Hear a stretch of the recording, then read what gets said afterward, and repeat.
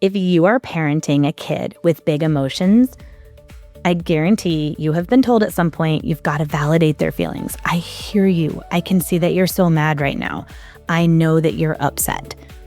And most of the time, there is no quicker way to send a sensitive kid into a meltdown than to try to validate their feelings. And so you might be confused about, why are people still telling me to do this? Because my kid freaking hates it, right? Okay, if that's you, you are not alone. And I want to talk today about the real reason that our sensitive, emotionally intense kids especially really seem to hate it when we validate their emotions.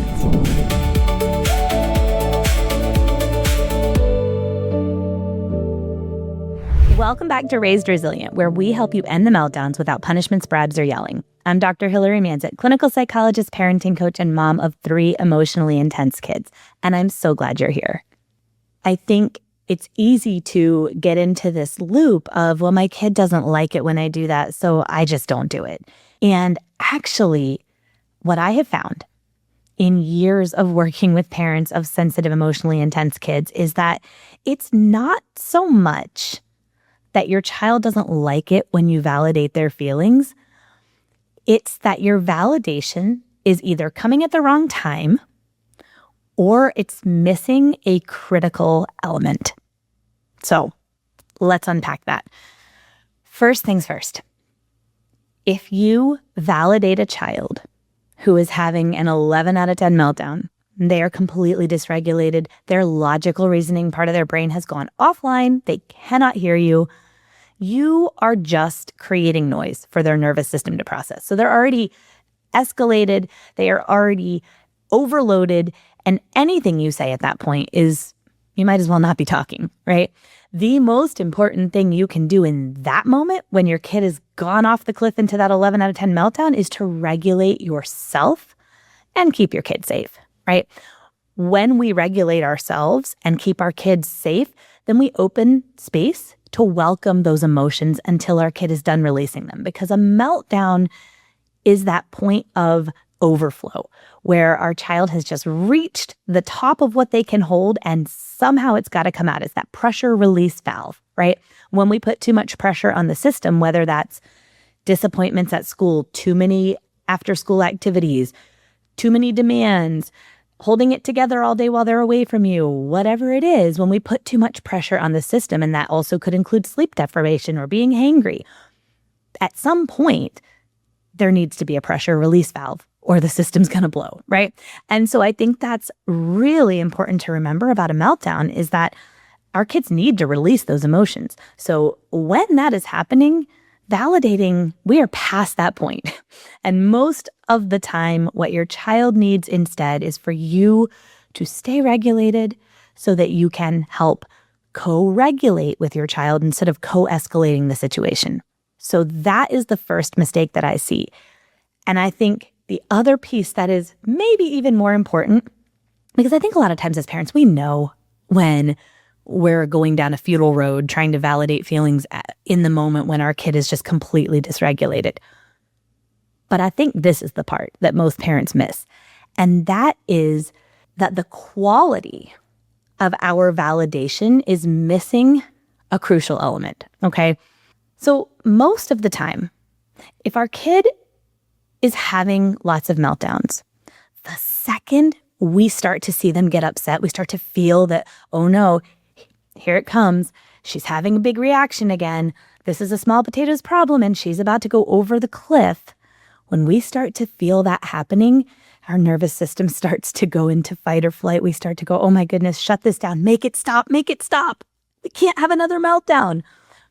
And so when we start validating those emotions, we're not doing it with the goal of showing our child like, hey, I really understand you. In fact, most of the time, you probably don't understand your child. You're like, okay, I gave you the blue cup and you wanted the pink one, and this is really not a big deal, right? You might be thinking, oh my goodness, if I don't teach my child that this isn't a big deal, she's going to be dramatic and overreact her entire life. You start to spiral. You're starting to think about, how can I help her understand that this is not a big deal? How can I shut this down before it becomes a meltdown? And if you're in that headspace, you are not in the right headspace to validate emotions. Because what really, really, really needs to be happening in that moment, no matter what you say, because the words are really not the important part, is that you need to be expressing genuine empathy for your child's struggle. No matter how trivial it might seem, no matter how big of an overreaction it feels like it is to you, it is critical that you actually feel empathy for your child in that moment. If you don't, if you're actually over it or desperately trying to avoid a meltdown, your kid is going to feel that. And it's going to seem like they hate when you validate their feelings. Sound familiar? This is so important to understand because once you understand this, you're going to stop focusing on, well, should I say, I hear you, or should I say, I can see that you're really mad right now? Which of those is better? And you're going to instead start actually communicating empathy to your child in that moment. And the cool thing about that is that you can communicate empathy to your child without saying a word. And sometimes that's the right move when you've got a kid who's heading into that overwhelmed, overloaded space. But the truth of the matter is it doesn't really matter what you say so much as how you say it. And are you actually in a place where you care about your child's struggle? Or are you over it and trying to shut it down as fast as possible? And look, if you are the latter, if you are just like, I am trying to shut it down as fast as possible, I want you to know that that makes so much sense. You're not a bad parent for wanting to shut down these emotions. And everything in your own brain and nervous system is wired to make these feelings stop, largely based on how you were parented. Most likely told to brush it off, you're fine, toughen up, stop crying when you were a kid, right? And so now, when your child is having these big emotions over tiny problems, you feel like you need to stop these emotions and get your kid to recognize this isn't a big deal and get them back to being happy again. That is your literal brain programming. That's not your fault. And it's also making things worse. Two things are true, right? So how do we stop giving our kids this sort of false validation when actually inside we're rolling our eyes? Number one, we have to start looking at their emotional reactions as valid, no matter what they are about. And to illustrate this, I want you to think about yourself. When is the last time that you kind of had a big emotional reaction to something that was maybe objectively not a huge deal? So maybe you were trying to get all three kids to the pediatrician and you brought your iced coffee with you and you were rushing out the door and the baby had a poopy diaper and one of the other kids was screaming about their sibling hitting them. And you got to the pediatrician and the iced coffee was the only thing going for you that morning and you accidentally spilled it all over your shirt. I mean, not that that happened to me or anything, but those moments are so real for us.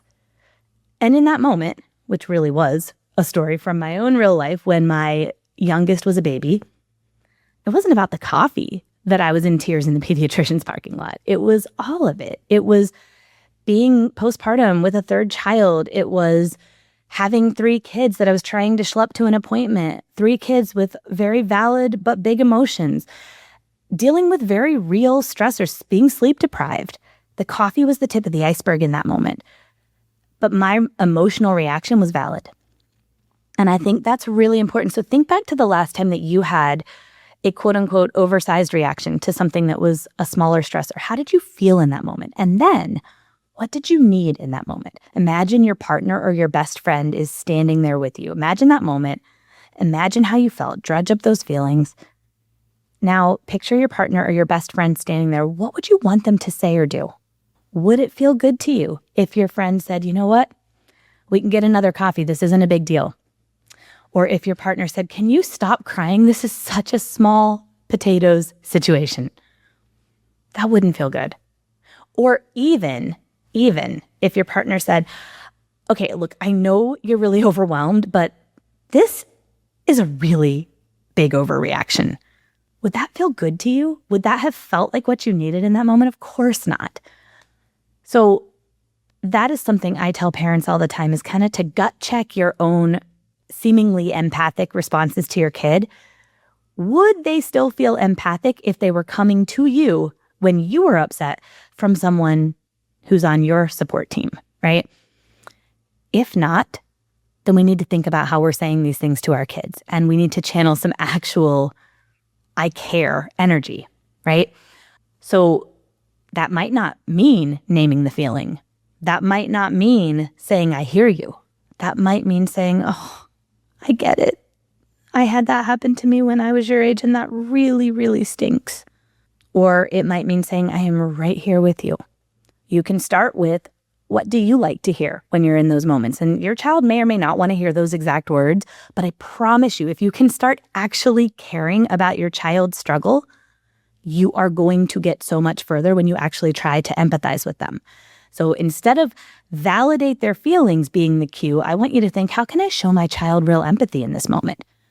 Now, there's going to be moments where that's really hard. I had a client the other day and she was like, I was really struggling in this moment to feel empathy for my kid because I was also hot and over it and hungry. And, it was really hard for me to care about her struggle. If that's you, A, join the club. It's normal. And B, there's a way to still show your child empathy, and it starts with you. Unsurprisingly, right? As most things in parenting do. So if you can take a second and show a little empathy to yourself quietly, like you don't have to talk to yourself in front of, whoever's around. You can, but you can also quietly just say in your head what you wish your partner or best friend would say if they were standing there. And that might sound like, oh, this is really hard. You're hot and tired and overwhelmed, and now she's having a meltdown over something small, or she's falling apart over practically nothing. That's so hard. This feels hard because it actually objectively is hard. Any parent in your situation would be having a hard time. That makes so much sense. This might sound cheesy, but I'm telling you, when I do this, even in the moments where I feel so closed off to that empathy for my kid, doing that just like cracks the door open to a little bit more empathy for them so that I can eventually really connect and be there for my kid. If we can't show empathy for ourselves, we're not going to be able to show it to our child. Full stop. We can't give to our kids what we can't give to ourselves. And so this is why it is so critical to do some of this deeper work to be able to regulate our nervous systems. And no, that doesn't mean that we never have a feeling, right? We're allowed to be mad. We're allowed to be frustrated. But it's more about being attuned to those feelings and processing them and acknowledging them before they become ragey moments, right? It's about showing ourselves empathy and compassion before we get to the point where we're crying over the iced coffee. Not to say that you can't have a cry over the iced coffee. That's totally valid. But we also need to be showing ourselves compassion and empathy along the way. And that's so important. So that is why, that's the real reason why validating your kids' feelings isn't working. You've got to get really honest with yourself and think about, is what I'm saying actually empathic, or am I just trying to shut down these feelings? If this is resonating and you are having some aha moments, I want to recommend that you watch my video, How to End the Meltdowns in 8 Weeks or Less. It's linked below in the show notes, and it is going to give you such a helpful way to think about what is happening for your child when they're totally losing it, why these meltdowns are so hard and why you've been stuck, and how to break free from that cycle. So I hope this is helpful. Thank you so much for being here, and I will catch you in the next episode.